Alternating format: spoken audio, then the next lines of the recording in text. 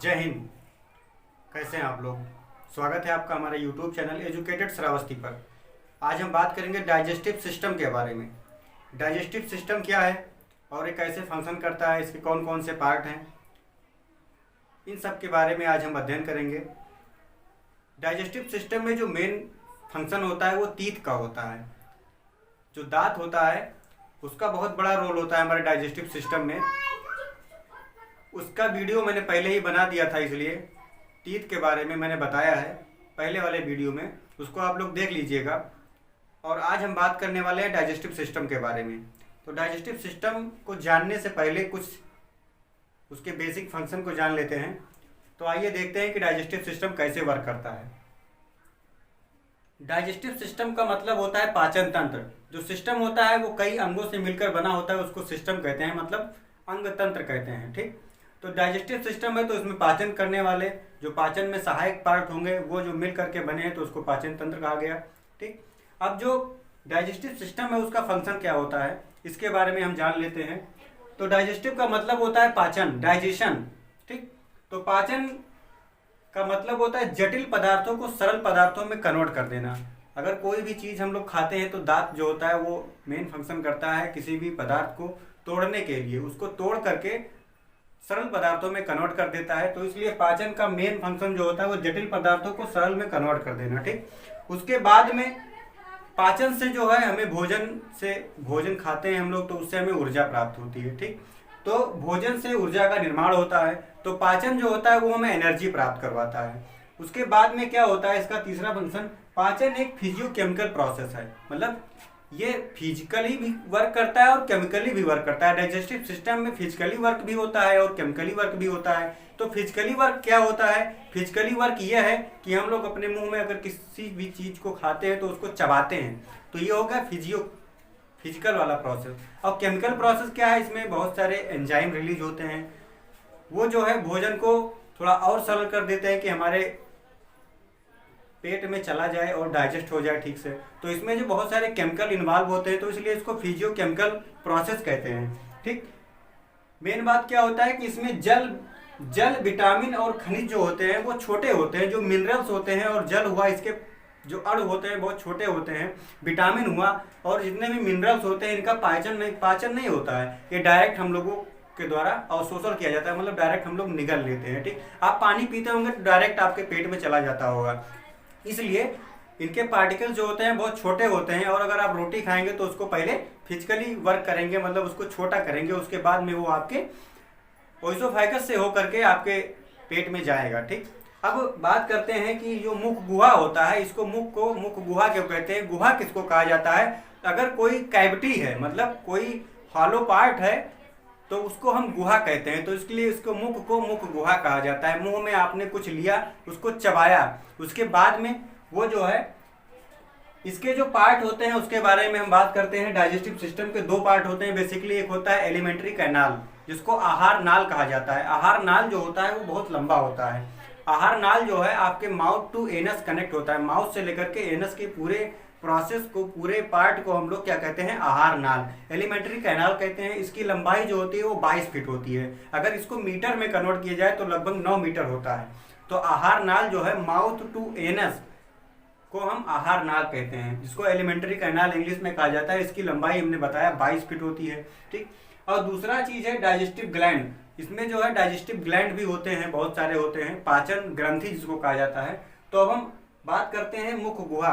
मुख गुहा जो है माउथ वाले पार्ट को मुख गुहा कहा गया। भोजन आपने मुख में लिया, उसके बाद में ग्रासनली ओइसोफेगस से होकर के आमाशय में आपके पहुंचती है, स्टमक में पहुंचती है। आपने भोजन यहाँ से लिया, ये आपका मुख गुहा वाला पार्ट हो गया। उसके बाद में ग्रासनली है, उसके बाद में आमाशय है। ठीक, अब इसके बाद में भोजन कहाँ जाएगा? भोजन जाएगा आपके छोटी आंत में। छोटी आंत कहने के लिए छोटी है लेकिन इसकी लंबाई ज्यादा होती है। इसकी लंबाई जो है बड़ी आंत से ज्यादा होती है। बड़ी आंत का नाम ही बड़ा है लेकिन उसकी लंबाई छोटी होती है। जो छोटी आंत होती है उसके 3 पार्ट होते हैं, डियोडेनम, जेजुनम और इलम। ठीक, उसके 3 पार्ट हो गए। ये आपका आमाशय मतलब स्टमक है। उसके बाद में छोटी आंत हो गई आपकी, छोटी आंत यहाँ पर जा करके, फिर बड़ी आंत हो गई। बड़ी आंत के जो पार्ट होते हैं इसमें 4 पार्ट पाए जाते हैं, सीकम, कोलोन, रेक्टम और एक पार्ट होता है एनल कैनाल, ये आपका एनस हो गया। भोजन आपका मुख गुहा से आया, ग्रास नली से होते हुए, ग्रास नली और श्वास नली दोनों अलग अलग होते हैं, सांस अलग से जाता है, हमने रेस्पिरेटरी सिस्टम में बता दिया था, उसको ट्रैकिया बोलते हैं, ठीक। उसको श्वास नली बोलते हैं, इसको ग्रास नली बोलते हैं, मतलब इसमें भोजन जाता है, ओसोफेगस। भोजन आपका गया स्टमक में पहुंचा, उसके बाद में ये जो है ड्यूडेनम, जेजुनम, ईलम से होकर के ये बड़ी आंत में गया, जिसके 3 पार्ट है, कैल्कम, कोलोन और रेक्टम। कोलोन वाले पार्ट में जिसमें बैक्टीरिया पाए जाते हैं, उसमें जो है विटामिन के का फॉर्मेशन होता है। आपकी बॉडी में एक विटामिन का फॉर्मेशन होता है, विटामिन के। विटामिन के जो के का अगर के की आपकी बॉडी में डिफिशियंसी हो गई तो इनफर्टिलिटी रोग हो जाता है, जिसको नपुंसकता कहते हैं, ठीक। और एक विटामिन होती है आपके शरीर में, वो भी बनता है, उसको स्किन विटामिन या सन विटामिन भी कहा जाता है। जो विटामिन डी होता है वो सूर्य की अल्ट्रावायलेट किरणों से बनता है, ठीक, आपके स्किन पे पड़ता है। और 2 विटामिन बेसिकली आपके शरीर में बनते हैं, एक विटामिन डी और विटामिन के। ये आपको जानना बहुत आवश्यक है। विटामिन डी जो है कोलोन वाला जो पार्ट होता है उसमें बैक्टीरिया पाए जाते हैं, बड़ी आंत के कोलोन वाले पार्ट में बैक्टीरिया पाए जाते हैं, वही जो है विटामिन के का फॉर्मेशन करते हैं। उसके बाद में बड़ी आंत से होकर को वो एनल कैनाल से होकर के जो वेस्ट मटेरियल होता है वो बाहर निकल जाता है। तो आपके समझ में ये आया होगा। और ये वाला जो पार्ट है ये पैनक्रियाज है, ठीक। और ये जो पार्ट है जो बाहर निकला हुआ है ये आपका लिवर है, ये गाल ब्लैडर, इसको पित्ताशय कहते हैं, इसको अग्नाशय कहते हैं हिंदी में, ठीक। इतना तो आपके समझ में आ गया होगा कि भोजन मुख गुहा से हमने भोजन को ग्रहण किया, फिर ग्रास नली से होकर के स्टमक में पहुंचा, मतलब आमाशय में पहुंचा, फिर छोटी आंत के हमने 3 पार्ट बता दिए, ड्यूडेनम, जेजुनम, ईलम। और उसके बाद बड़ी आंत है, बड़ी आंत के मैंने 4 पार्ट बताए, कैल्कम, कोलोन, रेक्टम और एनल कैविटी, एनल कैनाल बोल सकते हैं। उसके बाद एनस, इसको कहते हैं गुदा, गुदा को एनस कहते हैं, जिससे जो है वेस्ट मटेरियल आपके शरीर से बाहर निकलता है। अब बात करते हैं जो डाइजेस्टिव ग्लैंड, इसमें कौन कौन से पार्टिसिपेट होते हैं, जिसको पाचन ग्रंथि कहते हैं। इसमें लार ग्रंथि, आपके मुख में लार बनता है। आप अगर कोई भोजन खाए हैं या बिना भोजन के खाए हैं आप, तो भी आपके मुंह में लार बनता है, जिसको लार ग्रंथि कहते हैं। ये भोजन को थोड़ा लुगदी टाइप का बना देता है, गीला बना देता है। उसके बाद में जठर ग्रंथि होती है। उसके बाद में ये लिवर और पित्ताशय पाए गए, इसमें डाइजेस्टिव ग्लैंड, इसमें डाइजेस्टिव जूस निकलता है। फिर उसके बाद में अग्नाशय, जिसको पैनक्रियाज कहते हैं। फिर आद ग्रंथि है, ठीक। अब हम आगे वाले वीडियो में जो डाइजेस्टिव ग्लैंड है और जो एलिमेंट्री कैनाल है, इसके एक एक पार्ट के बारे में अध्ययन करेंगे। तो इसका आप लोग स्क्रीनशॉट ले सकते हैं। तो अब हम बात करते हैं कि पहले पार्ट के बारे में, मुख गुहा किसको बोलते हैं। मुख गुहा के बारे में हम बात करें, इसको हम मुख गुहा को माउथ भी बोलते हैं, ओरल कैविटी भी कहा जाता है और बक्कल कैविटी भी कहा जाता है, ठीक। इसको हिंदी में मुख गुहा कहा जाता है। इसमें जो है 3 जोड़ी लार ग्रंथियां पाई जाती हैं। मुख गुहा में हमारे 3 जोड़ी लार ग्रंथियां पाई जाती हैं और हमारे मुंह में लगभग 1.5 लीटर लार जो है एक दिन में बनता है, ठीक। जो 3 जोड़ी लार ग्रंथियां, उनके नाम पैरोटिड ग्रंथि है, वो सबसे बड़ी होती है। और सांपों में जो है जहर जो है पैरोटिड ग्लैंड में ही पाया जाता है, ठीक। उसके बाद में है सबलिंगुअल ग्लैंड, फिर उसके बाद में है सबमैंडिबुलर, ठीक। जो सांपों में जहर होता है वो पैरोटिड ग्लैंड में ही पाया जाता है, जो सबसे बड़ी होती है। और एक दिन में हमारे मुंह में लगभग 1.5 लीटर लार जो है वो बनता है। और इसमें जो है क्या पाया जाता है, हमारे मुख में लाइसोजाइम पाया जाता है। लाइसोजाइम का फंक्शन क्या होता है, ये जीवाणुओं को नष्ट कर देता है, मतलब जो बैक्टीरिया होते हैं उनको नष्ट करने का काम लाइसोजाइम करता है। आप लोग सोचते होंगे कि लाइसोजाइम जीवाणुओं को नष्ट करता है, तो ये कौन से प्रकार के जीवाणु होते हैं। आप लोग देखते होंगे कि बच्चे जो छोटे होते हैं उनमें लार जो है बहुत ज़्यादा निकलता है। उनमें लार बहुत ज़्यादा क्यों निकलता है, वो बच्चे कहीं पर भी सड़क पे रहते हैं और कुछ भी उठाए और सीधा मुंह में रख लिए, इसलिए उनमें लार सबसे ज़्यादा पाया जाता है कि वो लाइसोजाइम जो है ज़्यादा रहे और जीवाणु जो उनके साथ में मुंह में अगर चले जाते हैं तो उनको नष्ट करने का काम करता है, ठीक। उसके बाद में इसमें टाइलिन और डाइस्टेज पाया जाता है। इसका काम होता है स्टार्च जो होता है उसको डाइजेस्ट करने का होता है। मंड, जैसे चावल जो होता है उसमें स्टार्च पाया जाता है। फिर चोकर जो होता है, रोटी में होता है चोकर, जो आटा होता है उसमें चोकर होता है, उसको डाइजेस्ट करने का काम कौन करता है, टाइलिन और डाइस्टेज करता है। ये हमारे मुंह में पाया जाता है, ठीक। अगर आप लोग मैदा खाएंगे तो वो डाइजेस्ट नहीं हो पाएगा। मैदे की रोटी अगर आप लोग 5 खा लें तो वो डाइजेस्ट नहीं होगा। अगर वही गेहूं का रोटी है तो आप उसको 6-7 खा सकते हैं। अब बात करते हैं, इसमें म्यूकस भी पाया जाता है। म्यूकस का मेन फंक्शन क्या होता है, भोजन को चिपचिपा बनाने का मेन फंक्शन होता है। म्यूकस का मेन फंक्शन जो है वो भोजन को चिपचिपा बना देता है। अब इसके बाद हम बात करेंगे ओइसोफेगस के बारे में, ग्रास नली के बारे में। जो ग्रास नली होता है इसको ओइसोफेगस कहा जाता है, ठीक। ये वाला जो पार्ट है ये ग्रास नली होता है। यहाँ पे जो होता है ये इसको हम फूड पाइप बोलते हैं। फूड पाइप मतलब भोजन का पाइप।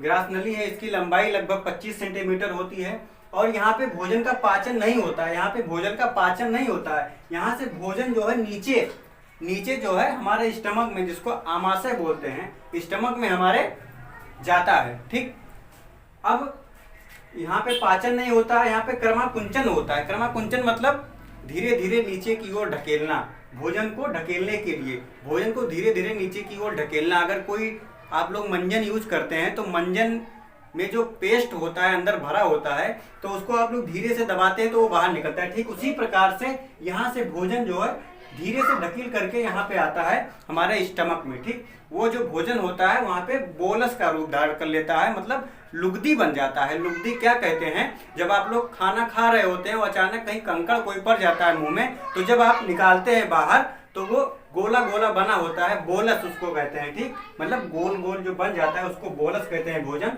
अब बात हो गई ओएसोफेगस की। अब बात करते हैं उसके बाद में स्टमक के बारे में। जो स्टमक होता है यहाँ पे भोजन जो है सबसे ज्यादा देर तक रहता है। यहाँ पे भोजन 4 घंटे तक रहता है। ठीक, भोजन जो है स्टमक में 4 घंटे तक स्टोर रहता है और इसके जो है 3 पार्ट होते हैं। इसके 3 पार्ट कौन कौन से होते हैं, एक होता है कार्डियक, एक होता है फंडिक, एक होता है फाइलोरिक। ठीक, जो कार्डियक वाला पार्ट होता है ये सबसे इसको कार्डियक क्यों कहा गया, क्योंकि ये हमारे हार्ट के एकदम करीब होता है, हमारे हार्ट के एकदम करीब होता है, इसलिए इसको कार्डियक कहा गया। ठीक, इसमें जो HCl हाइड्रोक्लोरिक एसिड का फॉर्मेशन होता है जो भोजन को खट्टा बना देता है। ठीक, जो एसिड है यहाँ पे एसिड का फॉर्मेशन हो रहा है जिससे भोजन को खट्टा कर देता है। आप लोग कहीं उल्टी आती होगी आप लोगों को तो वो खट्टा हो जाता है, बहुत ही खट्टा लगता है। आप लोग खीर खा ले लेकिन अगर उल्टी आ जाए तो बहुत खट्टा होता है।